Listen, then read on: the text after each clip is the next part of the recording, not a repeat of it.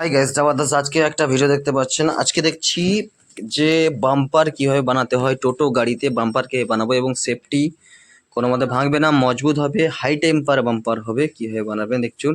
আমি বাম্পারটা প্রথম main chassis নয়, সেকেন্ড চ্যাচিসের পুরো বডির উপরে মাপটা নিতে হবে। এটা ছিল 39 ইঞ্চি। 39 ইঞ্চি হয়, কারোর 38 ইঞ্চি হয়, কারোর 40 ইঞ্চি হয়। তো এটা বডি বানানো, বডি একটা এসছে।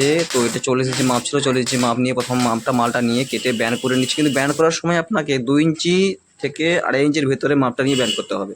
বেশি করলে কিন্তু বাজে লাগবে, ঠিক আছে।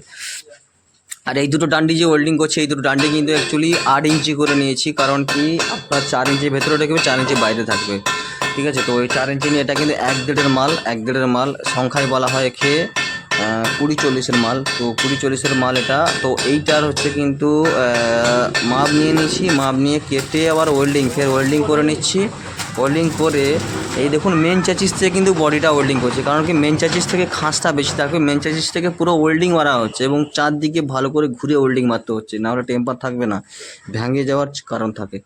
এবং এটা দেখাচ্ছে কীভাবে কাজ করে। বডি চারদিকে খুব সুন্দর আছে দেখলে।